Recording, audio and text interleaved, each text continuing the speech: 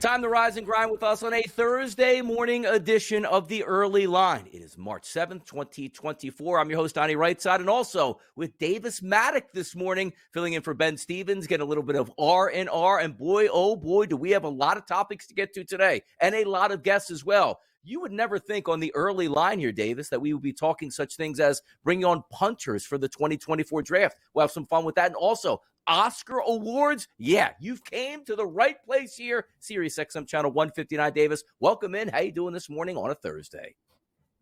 You know, I'm just absolutely pumped for the Missouri Valley men's basketball conference. We are locked in.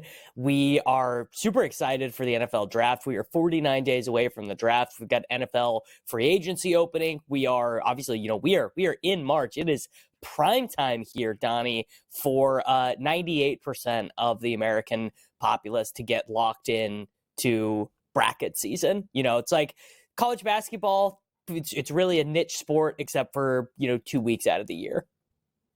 I can't wait. We're going to have Selection Sunday, obviously, coming up in a couple weeks here. Daylight savings this Sunday, which then ticks off tampering season in the NFL starting Monday. Free agency then opens up on Wednesday. A great time here at the SportsGrid Network, so make sure you keep it locked and loaded here. Let's get to the hottest topics across the sports landscape, which includes the 7-7 and the UConn Huskies going on the road to defeat the Marquette Golden Eagles 74-67. You might say to yourself, yeah, that's what's supposed to happen. A higher-ranked team beating a lower-ranked team and the lower-ranked team without their best player. But this is the first time in almost a decade and a half that UConn went on the road here and defeated a ranked opponent as they handled their business yesterday, and also Big East champions as they head into the conference tournament. As we welcome in the radio audience, you're watching and listening live to the Early Line. It's Donnie and Davis here in the morning, Sirius XM channel 159. All the radio affiliates are in here to hear Davis talk about those UConn Huskies.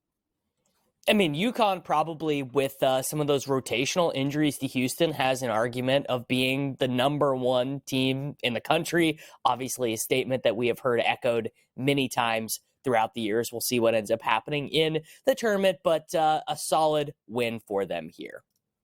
Yeah, I'm excited for UConn here moving forward, and obviously, most people should be. They're the favorites at the FanDuel Sportsbook at a 5-1 price to cut down the nets in March Madness, but you got to win 6 games in a row. You can't lose any of those, and can they go back-to-back the first time since the Florida Gators in the mid-2000s? Let's take a look at another game in the SEC. Put a ring on it, baby. The Tennessee Volunteers, 66. The South Carolina Gamecocks, 59. Dalton Connect scores 26 points, as you saw him at the end of the game, parading around, pointing to the ring finger. Why? Because the SEC regular champions reside in Knoxville. Big time win for Tennessee as they lock up the SEC regular season championship here, Davis. Yeah, I've got a long history with the Tennessee Volunteers men's basketball team. I pretty much bet on them. They're right around 20 to 25 to 1 to win the men's tournament every single year. They always look pretty good. The Rick Barnes' boys do in the advanced data. And they end up being one of the most disappointing teams in the tournament every single year. First, second round losses. They've never advanced past the regional semifinal. It's a bit brutal, but I am always glad to see them get their honors in the regular season. No longer a football conference, apparently, as we have a lot of quality ranked opponents there in the SEC. We'll look forward to them next week as they head into March Madness with their conference tournament. But I'll tell you, last night, I thought I was riding high. The cover for the BYU Cougars last night, it came in 68-63 final. The Iowa State Cyclones with a big-time second half here and great defense. They scored 41 points. Talking about the Cyclones in the second half, only to 25 for BYU. I had a BYU team total I loved yesterday, Davis. That's 68.5 points. They had 46 points on the board once we hit the 16-minute mark of the second half. You should cruise to victory. So I fell asleep, no problem at all. They'll get that easily. I woke up, they scored 63 points. Hilton Magic, the defense of the Iowa State Cyclones, which, by the way, is the best in the Big 12. Boy, they really put the clamps on BYU here, Davis, in the second half, overcoming a double-digit lead. Wow. Yeah, the Iowa State defense is kind of insane. They're the second best adjusted defense in all of college basketball. They are fifth in all of college basketball in steals per game. They are way up there in turnovers generated per game. Like it really is something to behold. And I guess this is a formula that can work in the tournament. 3-point shooting is going to end up dictating so much of what happens, but a defense is going to travel better than shooting will in college basketball. That is like an absolute certainty. Welcome to the NBA last night, Davis. Why? Because the Milwaukee Bucks were anticipating probably not having Giannis Antetokounmpo. He does play last night. They were getting 2.5 points. And the Milwaukee Bucks, one of the hottest teams in the NBA, going up against a team and the Golden State Warriors that got pounded by 50-plus points last time we saw them. So what happens in the NBA? 125-90. Not the Milwaukee Bucks. That's the Golden State Warriors easily dispatching of the Milwaukee Bucks last night in San Francisco. The Golden State Warriors, don't look now. Not only are they eking out of the 9-10 play-in spots, which are the disaster ones where you have to win the 2 games in a row, they are now only 3 games back of getting to the 6th seed, Donnie, which would mean no play-in games at all. Draymond Green on his podcast the other day said, I think we are finally rounding into the shape to where we could win a championship again. And you know what? I do kind of believe him. I think if you were to look at the 2 old Lion teams, the Lakers or the Warriors, who are sitting there at 9-10 right now, I definitely think the Warriors are more ready to gear up and make a run in the postseason than the Lakers are. And keep in mind also, the veteran teams do get that bonus in the playoffs because you're playing once every 3 to 4 days in that first round. So you could be rested, relaxing, and trying to win that series. We'll see where Golden State winds up, if they're in the play-in or if they can actually get into the top 6 seeds here. I'll tell you one team that's fighting to get into the top 6 seeds. It's the Los Angeles Lakers. They were down last night at home against the Sacramento Kings, 130-120 final. If you take a look at some of the final numbers in the box score, LeBron James, 31 points. You had Rui Hachimura chipping in with 29, and they still lost by double digits. But questions arise here for the Lakers now. LeBron James on that ankle. Oh, boy. Doesn't look good down the stretch here, Davis. Yeah, I took the Lakers last night. They were probably my favorite bet on the board last night. I did not really see this one coming. I thought Sabonis would have a horrible time against Anthony Davis. That is not what happened. Another triple-double for Domantas Sabonis. He really is. He's really something. He is really something. Puts in that work each and every night, and sometimes that work doesn't even equate to victories. It did last night. Big-time road win for the Kings here. Let's move it over to the NFL. Zach Ertz signs a 1-year deal with the Commanders. Davis, this should put the Commanders over the top in the NFC East, no? I'll tell you what. I will be drafting Zach Ertz in fantasy football as the Logan Thomas replacement. How about that? A little Logan Thomas action as he exits Zach. By the way, the interesting part about Zach Ertz, he was released last year, and everybody figured, he's just going to come home to Philadelphia for a playoff run. Nobody really picking him up, or he did actually get picked up but didn't play, and now he heads in the offseason, and 1 year up to $5 million. Not bad work for Zach Ertz, a veteran tight end and a 2017 Super Bowl champion. I know you get this headline here. The NHL trade deadline. I don't even think it's here yet, technically, but a lot of moves yesterday, Davis, were made. Any thoughts on the deadline? Tarasenko gets traded again. How the mighty have fallen. Yeah, how the mighty have fallen here. Do you want me to assess this entire trade deadline coming up soon? Let's sort of fade the public fall out there, which the public would love to see your boy DRS talking NHL action. Let's talk more basketball coming up next. Don't go anywhere. The early line.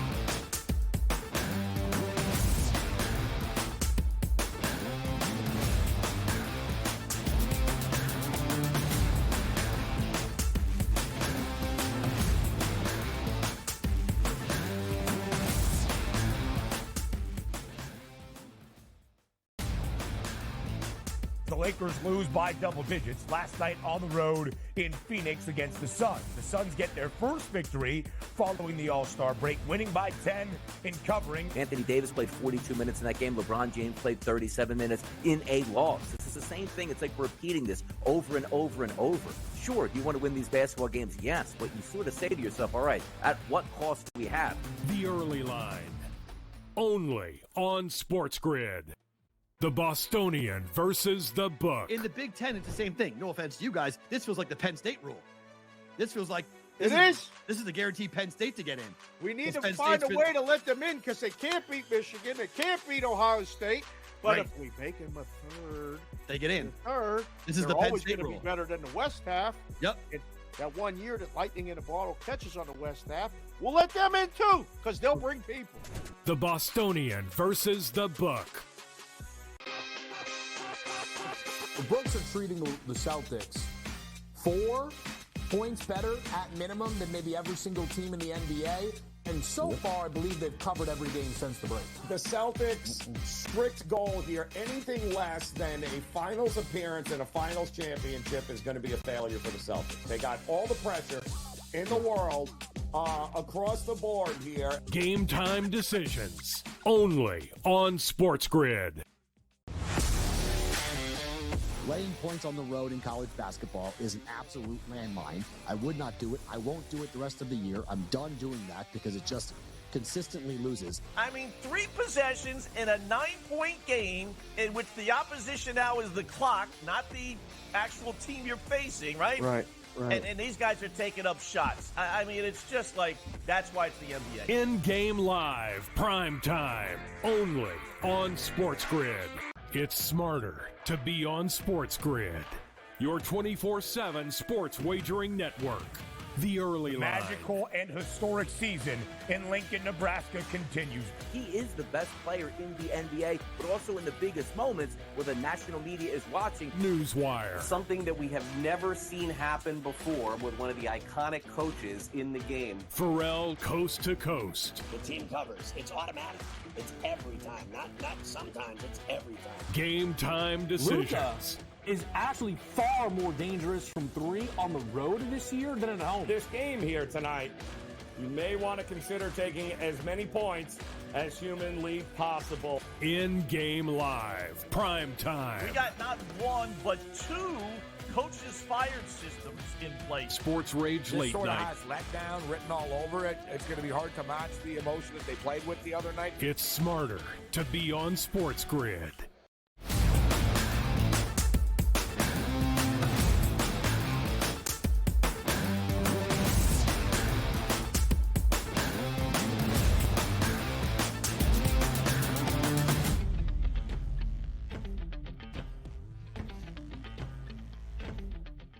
Hello, everyone, and welcome back into the early line here on SportsGrid. Davis Maddock and Donnie Rightside with you as we take a look at the college basketball action that took place last night. We are about to get into the big college conference tournaments. We have already started a bunch of the minor ones, the Atlantic Sun, the Missouri Valley. They are ramping up and figuring out who is going where for the NCAA tournament. And Donnie, we had a pretty strong one last night with the favorite right now to win the men's NCAA tournament. We had UConn and Marquette facing off against each other. Marquette dealing with some injuries. They end up losing at home to UConn 67-74. What did you make of the Huskies versus the Golden Eagles?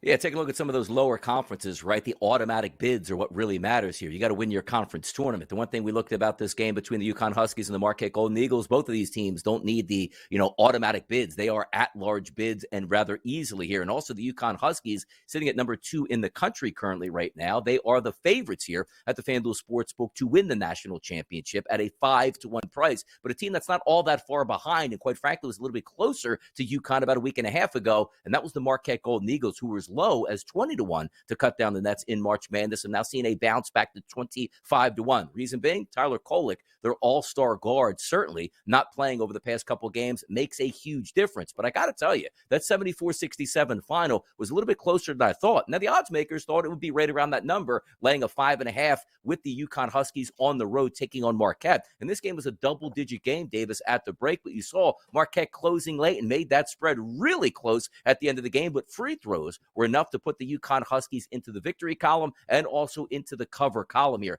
23 points by Caravan. You only got 9 out of Klingon here, 10 points out of Newton, 17 out of Spencer. A good defensive effort here for the UConn Huskies. But the bigger questions arise here for us. If you're looking to ride Marquette the rest of the way here, when are they going to get their superstar guard back? We had John Rothstein on yesterday to talk about where they're taking their time. They know they're in the tournament. No need to rush back Kolek. So whether or not he will appear in the Big East tournament is also another question. For me, if he does come back and he's completely healthy, I think you're getting a great place at 25-1, and also might even get longer if they get knocked out early in the Big East tournament. But this is the first win by the Huskies on the road against a ranked opponent in over 10 years. Good win by the Huskies yesterday. We'll see how that parlays into the conference tournament, Davis, next week.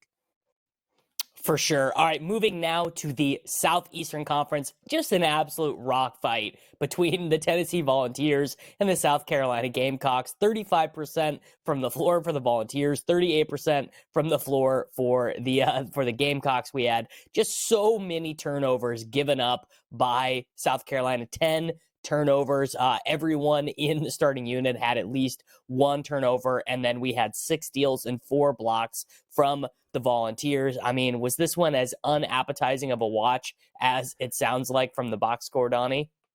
It certainly was. And also similar to what we just talked about, UConn going on the road and laying 5.5 points. You had that exact same thing here with the Tennessee Volunteers, 66-59. Do the quick math. Tennessee gets the win and the cover over South Carolina. And also, as I pointed out earlier in the show, Dalton Connect pointing to that ring finger here. Why? Because the SEC regular season champions were crowned last night, and that's the Tennessee Volunteers. And I know you brought this up as well. Rick Barnes-led team.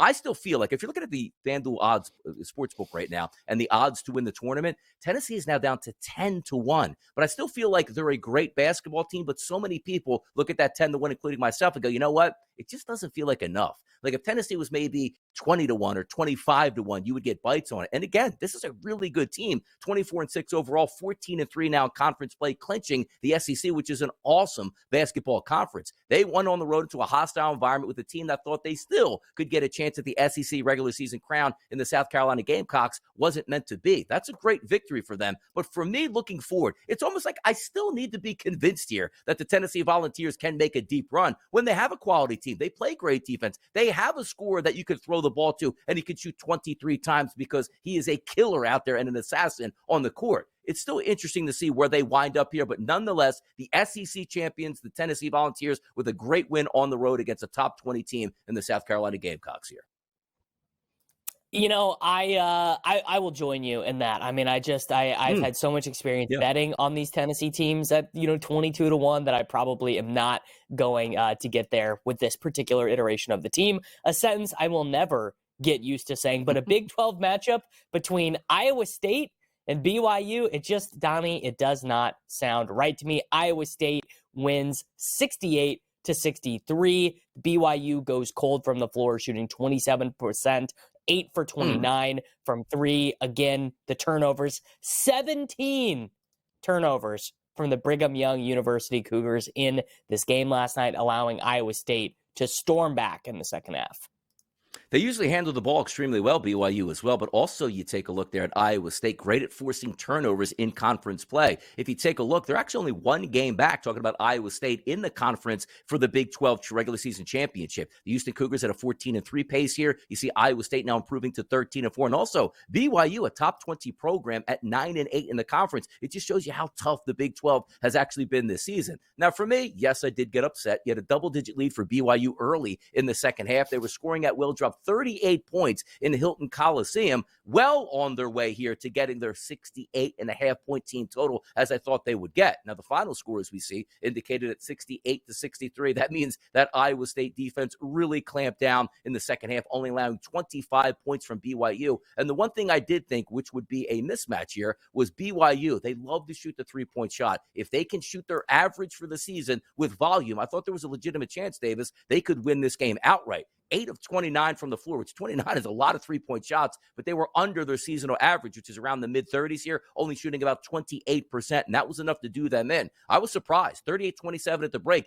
BYU looks like they might pick up a massive win against a top 10 team on the road. Wasn't meant to be, but BYU did get the cover against Iowa State, and Iowa State continues to play great basketball down the stretch here in the Big 12. Yeah, the Big 12, the basketball conference, the number one team in KenPom, although they are a little bit banged up right now. We have Houston beating UCF 67-59. Didn't really have to get out of second gear in this one. They shoot 43% from the floor. The UCF Knights, they actually play a little bit deeper of a rotation, which is interesting. You don't see very many college basketball teams go to a 9th or 10th guy. UCF does do that. Not quite able to get done here. And I mean, what is this shot diet from the UCF Golden Knights? 10 3-pointers in a college basketball game? It's like, is this 1965, Donnie? What is the deal here? Yeah, it sounds like let's run the football out here in the NFL, right? That's the key to victory, and we know it's not. Analytics tells you 3 points is better than 2 points, and also analytics tells you that the Houston Cougars typically are a very good defensive team. Now, granted, they've been in some high-scoring tilts here in the Big 12, which is sort of eye-opening, but this was more like a Houston Cougars game, right? 67-59, not letting your opponent get into the 60s here, clamping down, and I love this stuff, too, because I think it plays well when we head into March Madness, Royce Davis. You take a look at a Houston Cougars team that obviously is much better than UFC Knights. Go on the road. You know UFC is trying to paint that target on Houston to get one of those final big victories here in the Big 12 to sort of end their season and cap it. Like, hey, you know what? Let's get some momentum for next year. 31-28 at the break. It wasn't Houston with the lead. It was UCF with the lead here. But then you saw that second half once again, 39 points for Houston. They clamp down and don't allow 30 points in the second half for UCF, limiting them to 28 points overall. If you take a look at some of the leading scorers here, look, Cryer had 25 points. You're going to need your superstars to step up in the biggest moments, particularly on the road and or in neutral court environments, which you're going to find in conference tournament play and in NCAA play here at this point. That's a nice win. And also, so many games we just talked about where that spread was so close. How about the closing line in this one, Davis? 8.5 points, 67-59, rated 8 here. Spread drama all the way across the board, but the Houston Cougars, the nation's #1 team, and for me, the best conference in college basketball, the Big 12. I do love the idea of the Big 12 being the best basketball conference because for so long it was Big East. Maybe you'd get a little bit of love for some of those other Eastern Seaboard conferences. No one would respect us here in the Midwest, but the Big 12 representing for Kansas and all of their Midwestern brethren. Although the Big 12 apparently spans the entire country at this point. We are going to go ahead and run a break here real quick on the program. Donnie and I will be right back. Don't go anywhere.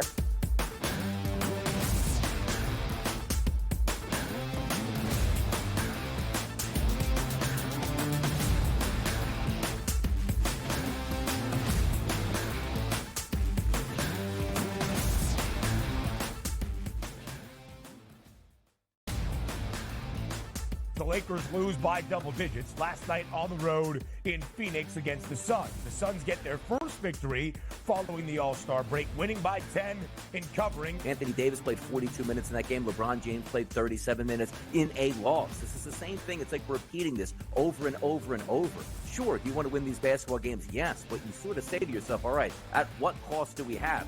The early line, only on SportsGrid. The Bostonian versus the Book. In the Big Ten, it's the same thing. No offense to you guys. This feels like the Penn State rule. This feels like This is the guaranteed Penn State to get in. We need to find a way to let them in because they can't beat Michigan. They can't beat Ohio State.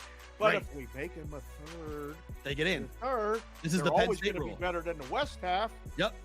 That 1 year that lightning in a bottle catches on the West half, we'll let them in too because they'll bring people. The Bostonian versus the Book. The Books are treating the Celtics 4 points better at minimum than maybe every single team in the NBA. And so far, I believe they've covered every game since the break. The Celtics' strict goal here, anything less than a finals appearance and a finals championship is going to be a failure for the Celtics. They got all the pressure in the world across the board here. Game time decisions, only on SportsGrid. Laying points on the road in college basketball is an absolute landmine. I would not do it. I won't do it the rest of the year. I'm done doing that because it just consistently loses. I mean, 3 possessions in a 9-point game in which the opposition now is the clock, not the actual team you're facing, right? Right.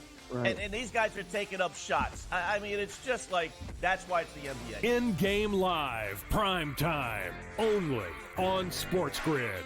It's smarter to be on SportsGrid, your 24/7 sports wagering network. The early line. Magical and historic season in Lincoln, Nebraska continues. He is the best player in the NBA, but also in the biggest moments where the national media is watching. Newswire. Something that we have never seen happen before with one of the iconic coaches in the game. Pharrell coast to coast. The team covers. It's automatic. It's every time. Not sometimes. It's every time. Game time decisions. Luka is actually far more dangerous from 3 on the road this year than at home. This game here tonight you may want to consider taking as many points as humanly possible. In-game live, prime time. We got not one, but two coaches fired systems in place. Sports Rage This Late sort Night. of has letdown written all over it. It's going to be hard to match the emotion that they played with the other night. It's smarter to be on SportsGrid.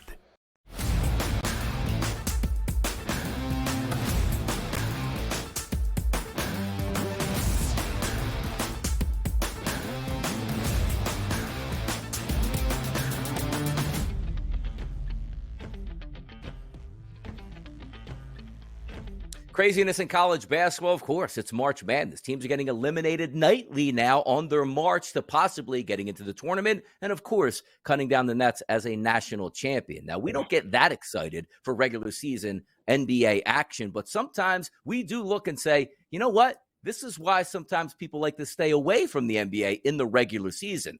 Case in point last night, the Golden State Warriors, 125, the Milwaukee Bucks, 90. The Bucks came in as one of the hottest teams in the NBA, including winning their last game without Giannis Antetokounmpo, where Damian Lillard stepped up and dropped 40-plus points. Wow, look at that. They're exciting. Maybe they're rounding the corner. Doc Rivers has the ear of the locker room, and they don't even need Giannis to win basketball games.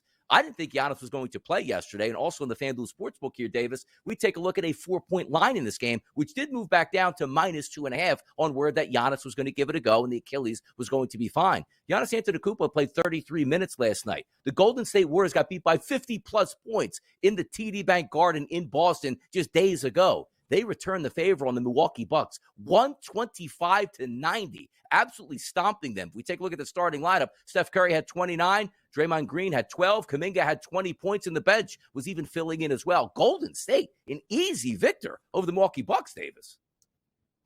Easy victory, and I thought the line for this one was like pretty bizarre. Looking at things last night, we had Golden State favored by 4, and I was like, something is not right there. Obviously, Giannis was listed as questionable for most of the day. Then Woj tweeted that the team was optimistic that they would have him available for this one. He does end up playing. Obviously, you would see the result of this and say, well, maybe he should not have. Maybe this would have been a good spot for him to get a little bit of rest, because he's dealing with now, according to the reporting, not only that left knee tendonitis that has been kind of bothering him all year, but also a little bit of a problem in his right Achilles. Anytime I start hearing about Achilles pain, Achilles soreness, I just think that guy should not be playing, because Achilles are, it's a super long rehab if you end up injuring that, and it's just so sensitive. I am loving this version of the Golden State Warriors playing a lot of these young guys more often. We've got Gary Payton 2 back in the rotation now. Moses Moody played 21 minutes off the bench. And yesterday, this game, it was the first time, Donnie, in the entire season that every single member of the Golden State Warriors has been available. So Paul, Curry, Draymond, Moody, Kuminga, Wiggins, everyone. It was just kind of insane to get to March 7th and it to be the first time that your entire team has been available. And I do, man. I think they are going to end up making a run. I think they get close to getting out of the play-in conversation entirely. Golden State Warriors 7-3 in their last 10 ball games, now sit at 33-28, which is 9.5 games back of the Timberwolves. Now, we don't anticipate them making a run to the top seed, but what they do try to make a run to is that number 6 seed, which the Phoenix Suns currently hold, and only 2.5 games back. And you're right, getting their team back and healthy could make a difference. Flipping it over and taking a look at the Milwaukee Bucks side of things, they lose, dropping themselves to 41-22 on the season, 8 games back of the Celtics, but in second place now, just ahead of the Cleveland Cavaliers in the Eastern Conference. Let's keep it out west here. Crypto.com Arena last night. And I was with you, Davis. I heard you say you like the Lakers. I like them too yesterday. 130-120. This was the Sacramento Kings going on the road and picking up a big victory. Why? You take a look at who was scoring for the Sacramento Kings. How about 44 points out of De'Aaron Fox, which included 19 of 32 from the floor, which is incredible. And Domantas Sabonis, 16 points, 20 rebounds, 12 assists, and 2 steals last night, pacing the way here. Nice win for the Kings. I didn't think they'd get, but also more question marks here, Davis, starting to pop up. LeBron James and his ankle, how healthy will he be down the stretch run here in the Western Conference? It's sort of one of those interesting things that the Lakers, when they won the title in 2020, and then when they got their acts together last year, really it was done defensively. They were just like a really defensively stout team. It's a little bit harder to do that when you literally, I mean, look, LeBron is a great defender when he really needs to lock in. He can't do it 35 minutes a night. I mean, we're talking about the literal oldest player in the NBA. And now with some of the injuries they've suffered and the decision, they were starting Cam Reddish at the beginning of the year. Now he is a DNP CD every single night. So when your starting lineup has Rui Hachimura, D'Angelo Russell, Austin Reeves, and then your first guy off the bench is Spencer Dinwiddie, that's a bunch of minus defenders, not even average, but like, I guess Reeves is actually all right, but Russell, Rui, and Dinwiddie are bad defenders. It's going to result in 19 for 32 for De'Aaron Fox. And Sabonis, it's like, this guy, he doesn't even break a sweat getting a triple-double, 16, 20, and 12. And it's just like, well, it's just basically what I do out here in Sacramento. And I kind of feel bad for Fox and Sabonis because the Kings are so much worse as a team this year than they were last year. And I don't even really have an explanation for it. I guess maybe just the rest of the conference is a little bit better, but a pretty big and important win for them because they are now directly competing against the Warriors, Suns, Mavericks, Kings, and Lakers for those final 4 spots in the playoffs. Exactly. Take a look at the Kings, and why was that a big victory? Now, they climbed within a half of a game here of the Phoenix Suns to try to get out of the play-in series and into the top 6 seeds here. The LeBron James-led Los Angeles Lakers, which, again, that ankle injury left a little bit early yesterday, so there'll be some question marks with him over the next few days. The Los Angeles Lakers in that 10th seed spot. The only good thing for them is they have a 5.5 game lead over the Utah Jazz that are 2-8 in their last 10 games, so I don't think anybody's going to push from that bottom. Jazz, Rockets, Grizzlies, Trailblazers, and Spurs, obviously, to get into that top 10. And maybe the Lakers could be resigned to that 10th spot and say, you know what, let's just get healthy for the playoffs here with LeBron James. That might give us the best chance at it. Let's keep it moving. The reason why the Los Angeles Lakers aren't sweating, dropping out of the play-in series is the fact that the Utah Jazz can't get out of their own way, and they are injured. By the way, the Chicago Bulls went on the road last night as 4.5-point favorites, won the game against Utah, but did not cover. I like what I'm seeing here out of this starting lineup, Davis, for the Chicago Bulls. DeRozan, Vucevic, White, again, 29 points, 23 points, and 25 respectively. They pull out a victory on the road against the Jazz, a much-needed victory for the Bulls now, looking to make a charge here in the playoff run to try to maybe get themselves out of the play-in series. I don't think they can get out of the play-in. They just, I don't know. The Bulls are the most just like, I guess this is the team that we are. They're just going to be the 7, 8, or 9 seed like every year in perpetuity. DeMar DeRozan is a free agent after the year. They're probably just going to re-sign him to like a neutral contract. They're going to run back the DeRozan Vucevic experience. I suppose Zach LaVine will not be on the team next year, so maybe that'll make things a little bit different. I do like the Caruso DeSumo backcourt, the issue being neither one of them is a really particularly effective scorer at this stage in their careers. They're both like insanely good defenders. You would, I would love to see Caruso on a good team. I would love to see DeSumo on a good team. Like DeSumo for the Lakers, it's kind of an interesting one. If he was in the backcourt there with Austin Reeves, that would be pretty interesting. It's a win that the Bulls had to get. Don't know if you could grade this as a good win. The Jazz are like, not only have they traded away half the rotation at the trade deadline, but they are out 4 of their starters. They doesn't happen very often. They did actually start a guy last night, Donnie, that I have never heard of. This Bryce Sensabaugh character could not have picked him out of a lineup. I do remember Luka Samanic from his time with the San Antonio Spurs, but this is like a super thinned out rotation. They had to call up Johnny Juzang from their G League squad. The return of Omer Yurtseven, the former backup center for the Miami Heat, is getting in there. Like, I actually like this about the NBA when we get into true silly season. Some of these teams that are not trying to win, you'll be like, is that the right guy? And you'll remember a guy from 5 years ago who's playing. Yep, just got to fill out those rosters here down the stretch you go, which includes 2 teams here missing superstar players. That's the Cleveland Cavaliers and the Atlanta Hawks. How about the Hawks? A 112-101 victory over the Cavaliers, who just days before had an unbelievably impressive victory over the Boston Celtics. Well, they drop a game back here, losing by 11 points. Saddiq Bey chips in with 23 points. Bogdanovich, 23 points also for the Atlanta Hawks. 18 points by DeJounte Murray. Not a great night overall here, only shooting 22% from three-point range are the Cleveland Cavaliers. Cavaliers. They dropped this one here, but a good win for the Atlanta Hawks, just trying to hang around till Trae comes back into that lineup and maybe make a playoff run here. Yeah, I've been betting on the Hawks in this little recent run without Trae Young because I actually really like this lineup that they have where it's all tall guys. The shortest guy on the floor right now for them is Dejounte Murray at 6'5". It's just like a bunch of wings out there with Capello. Bruno Fernando is out there. Like, I guess the smallest guy in their rotation at all is Garrison Matthews. I mean, I like the concept of an Atlanta Hawks team that actually can play competent defense. Now, we'll see, what ends up happening when Trae Young gets back. The defense is probably going to go in the gutter immediately. And, this will probably be the last version we ever see of this team because it sounds like a lot of the reporting is that the franchise has soured on the Murray-Trae Young backcourt pairing. They're sick of kind of just being this middle. They're sick of being the Chicago Bulls, but in Atlanta, which is really what they've become since that appearance in the conference finals 3 years ago. But, we'll see. And then the Cleveland Cavaliers, they're like everyone's favorite team. They had that run where they went 18. They won 18 out of their last 20 games. But right now, they don't have their stud point guard, Donovan Mitchell, because he's got this tendonitis thing going on with this.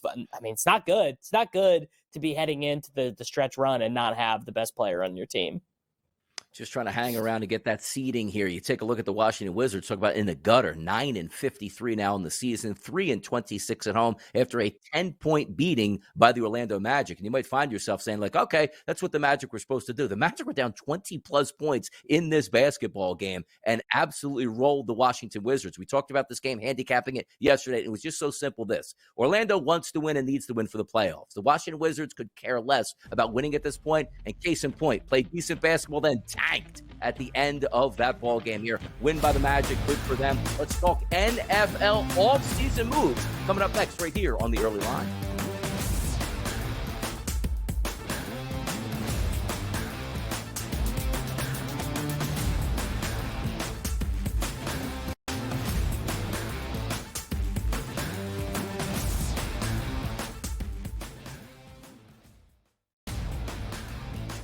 The Lakers lose by double digits last night on the road in Phoenix against the Suns. The Suns get their first victory following the All-Star break, winning by 10 in covering. Anthony Davis played 42 minutes in that game. LeBron James played 37 minutes in a loss. This is the same thing. It's like repeating this over and over and over. Sure, do you want to win these basketball games? Yes, but you sort of say to yourself, all right, at what cost do we have? The Early Line, only on SportsGrid. The Bostonian versus the Book. In the Big Ten, it's the same thing. No offense to you guys. This feels like the Penn State rule. This feels like this is the guaranteed Penn State to get in. We need to find a way to let them in because they can't beat Michigan. They can't beat Ohio State. But if we make them a third, they get in. Third, this is the Penn State rule. Be better than the West half. Yep.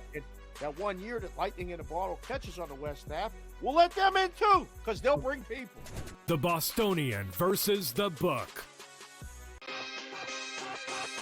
The Brooks are treating the Celtics 4 points better at minimum than maybe every single team in the NBA. And so far, I believe they've covered every game since the break. The Celtics' strict goal here, anything less than a finals appearance and a finals championship is going to be a failure for the Celtics. They got all the pressure in the world across the board here. Game time decisions, only on SportsGrid.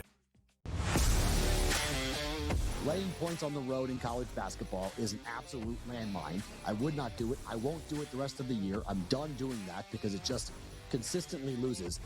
3 possessions in a 9-point game in which the opposition now is the clock, not the actual team you're facing, right? Right. And these guys are taking up shots. It's just like, that's why it's the NBA. In-game live, prime time, only on SportsGrid. It's smarter to be on SportsGrid, your 24/7 sports network. The early line. Magical and historic season in Lincoln, Nebraska continues. He is the best player in the NBA, but also in the biggest moments where the national media is watching. Newswire. Something that we have never seen happen before with one of the iconic coaches in the game. Pharrell coast to coast. The team covers. It's automatic. It's every time. Not sometimes. It's every time. Game time decisions. Luka is actually far more dangerous from three on the road this year than at home. This game here tonight, you may want to consider taking as many points as humanly possible. In-game live. Prime time. We got not one, but two coaches fired systems in place. Sports Rage This Late sort of Night. has letdown written all over it. It's going to be hard to match the emotion that they played with the other night. It's smarter to be on SportsGrid.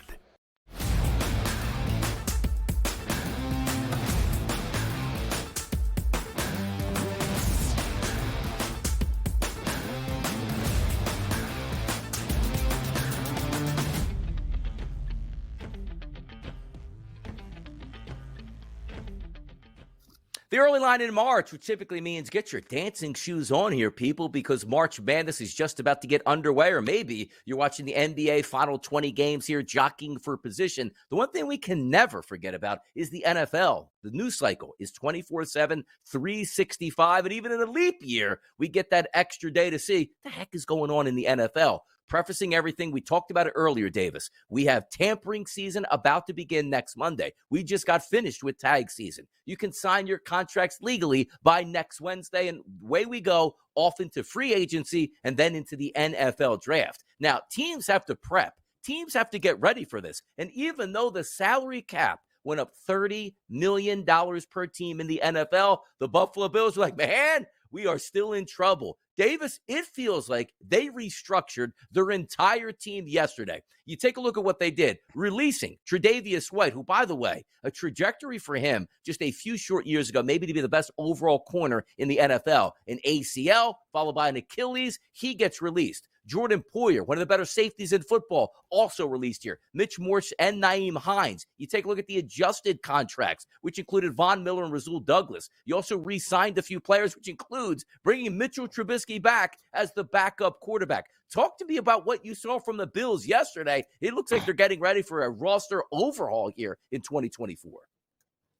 I mean, the Bills kind of extended themselves last season. They did everything they could the last 2 years to get the best product on the field.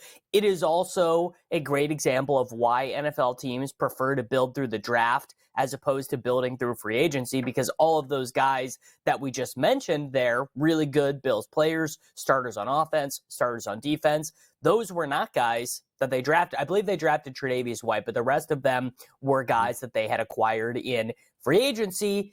And just the way the NFL works, you're going to be paying a little bit more against the cap for free agent contracts than guys you drafted, or even guys that are on your team that you extended.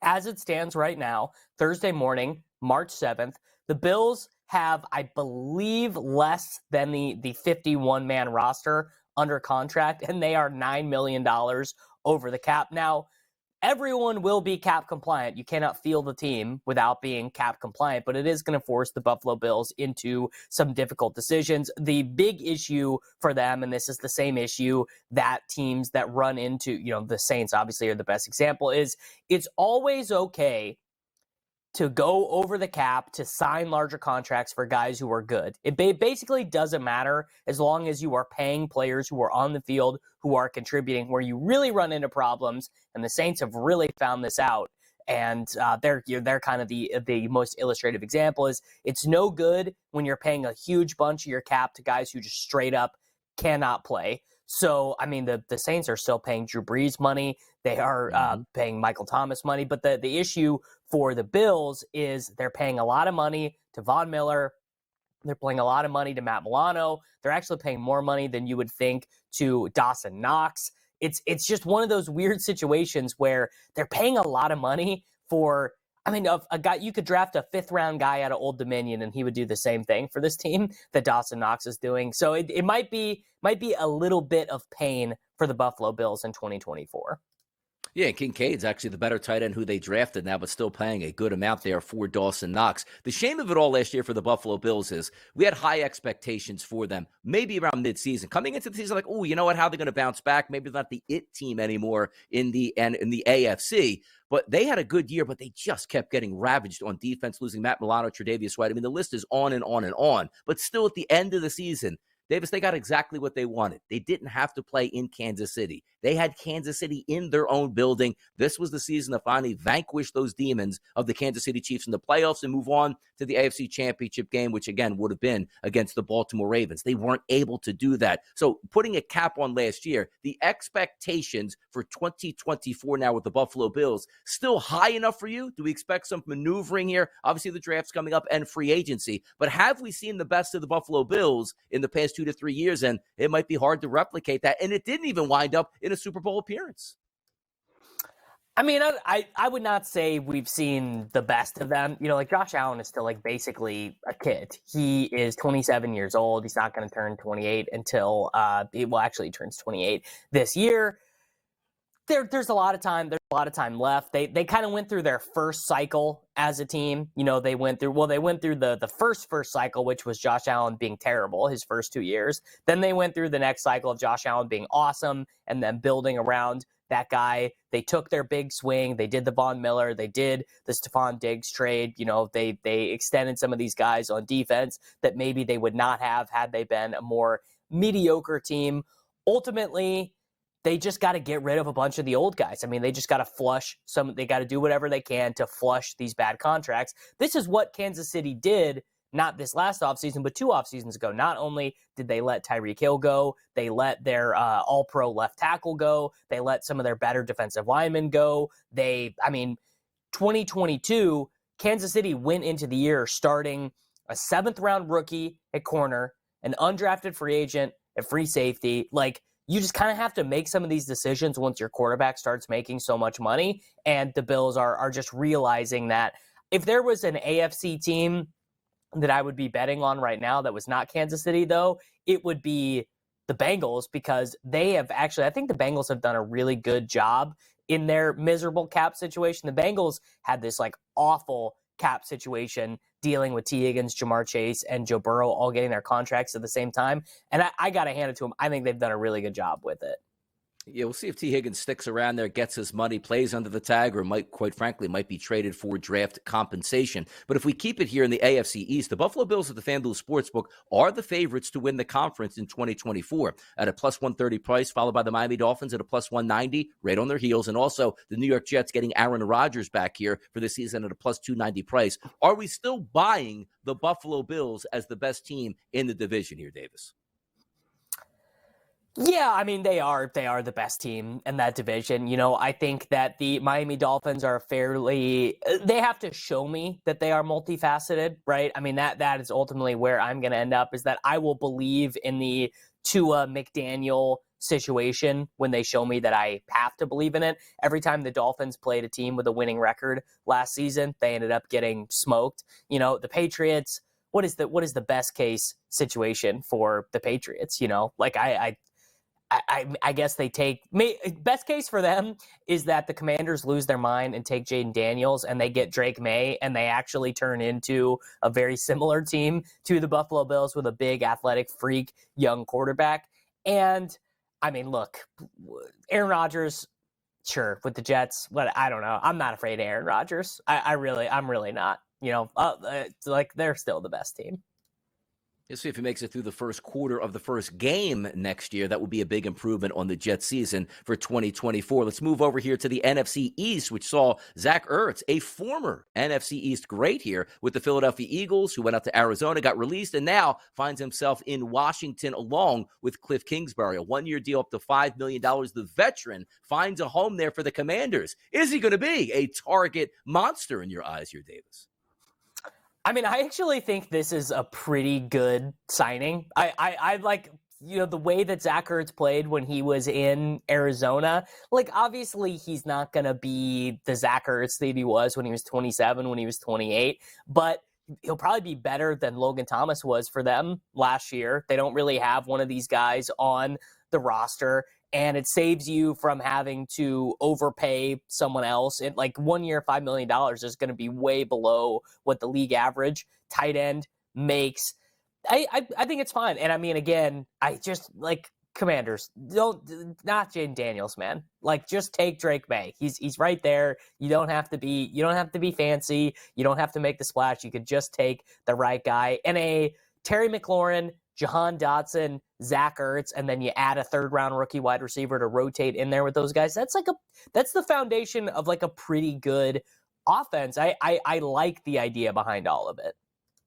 By the way, let me ask you a quick question here, fantasy-wise. Like, I loved Terry McLaurin coming into last year with Eric Bieniemy coming over. And by the end of the season, Davis, we were talking about Terry McLaurin going like, yeah, I just run cardio out here. Getting a new offensive coordinator, a new offensive system in the door, maybe a new quarterback here. Give me an outlook here on Terry McLaurin. Is this going to be a bounce-back season, or do we get what we get here, similar like Stephon Diggs disappeared late in the season for the Buffalo Bills? I need McLaurin back in my life so I can take some of those parlays here and touchdown parlays here with Terry McLaurin.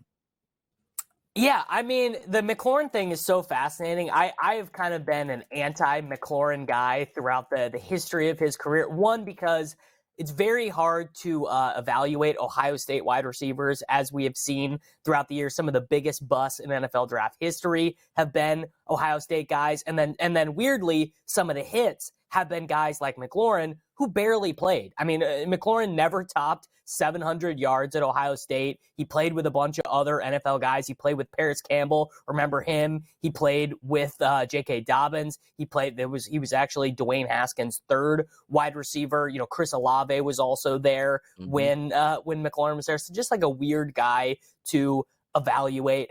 I think whoever is the primary deep guy in that offense, and I don't know if it will be Dotson or if it will be McLaurin. Dotson obviously took a huge step back in production last year in that very chaotic Commanders offense.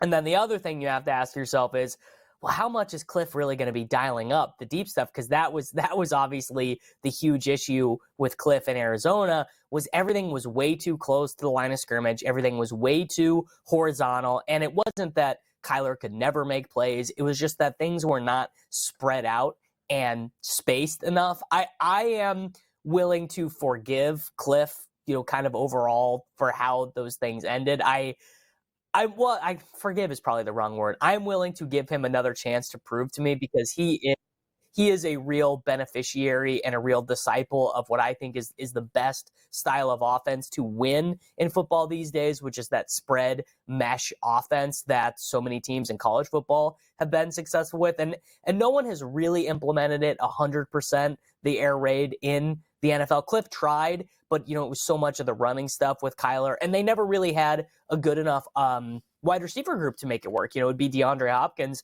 and a bunch of jamokes there in Arizona. That was always the philosophy. And the wide receivers in Washington are going to be good, especially if they hit on one of these 2nd or 3rd round guys, which I think they should. My dream actually is that they take Drake May, and then they also come back around and take Devontae Walker, the guy who was his number 1 wide receiver the final 8 games in 2023. I think that would be pretty cool. Scary Terry, one of the better up-and-coming wide receivers in the NFL, had a down season. The one thing we don't think is going to be a down season for some of these upcoming rookies, and a new market here at the FanDuel Sportsbook. The first wide receiver to be drafted here, Davis. Harrison Jr. at minus 1,200, Neighbors at plus 850, and then Roma Dunze at 22-1. Is it just so easy here? You take Marvin Harrison Jr. number 1 for a wide receiver here in this draft? Yeah, I mean, look, toss this in all of your parlays over the next couple weeks or whatever. Toss it in your round robin. It'll juice you up a little bit. There's been, I've already seen like a little bit of, some teams prefer Neighbors. No, they don't. No NFL team in that the Cardinals aren't doing it. The Titans aren't doing it. The Chargers aren't doing it. The Giants aren't doing it. All of those teams, if Marvin Harrison Jr. is on the board, are taking him. It is a stone cold lock, Donnie. Smoke screen season in the NFL. Hey, we don't want to take Marvin Harrison. Ooh, what about his 40 time? How about his pro day here? He's the best wide receiver in this draft. No question about it. More hot topics coming up next right here on the early line.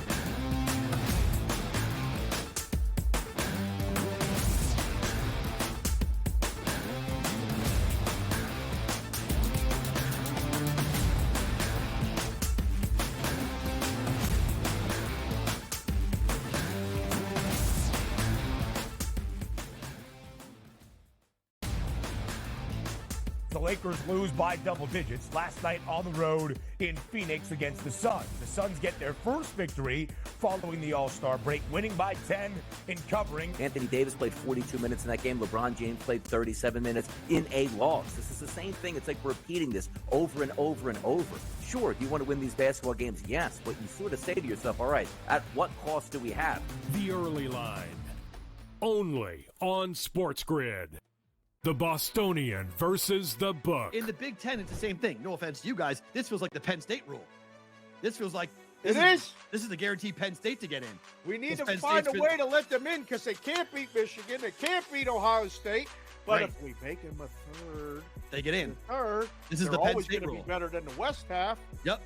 That 1 year that Lightning in a Bottle catches on the West half, we'll let them in too because they'll bring people.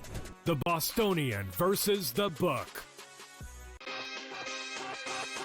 The Books are treating the Celtics 4 points better at minimum than maybe every single team in the NBA. And so far, I believe they've covered every game since the break. The Celtics' strict goal here, anything less than a finals appearance and a finals championship is going to be a failure for the Celtics. They got all the pressure in the world across the board here. Game time decisions. Only on SportsGrid.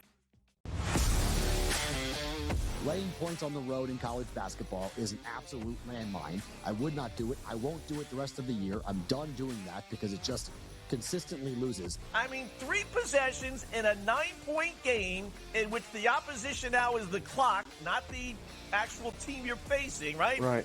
And these guys are taking up shots. I mean, it's just like, that's why it's the NBA. In-game live, prime time, only on SportsGrid. It's smarter to be on SportsGrid, your 24/7 sports wagering network. The Early Line. Magical and historic season in Lincoln, Nebraska continues. He is the best player in the NBA, but also in the biggest moments where the national media is watching. Newswire. Something that we have never seen happen before with one of the iconic coaches in the game. Pharrell, coast to coast. The team covers. It's automatic.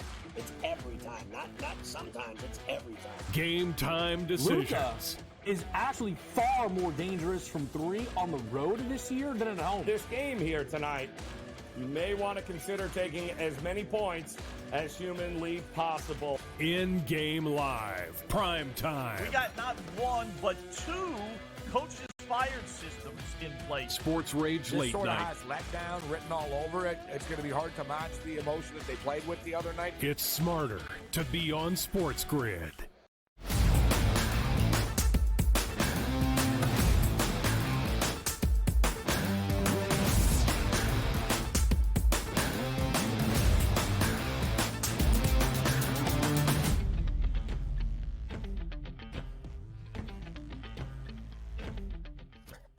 All right, guys, we are back here finishing out hour 1 on the Early Line. Davis Maddock and Donnie Rightside with you guys. We got a little bit of breaking news from friend of the program, Mr. John Rothstein here, reporting that Mike Woodson, former coach of the Atlanta Hawks and the New York Knickerbockers, will return as the head coach of Indiana's men's basketball program next season. My memories of Mike Woodson, not a ton of them are positive.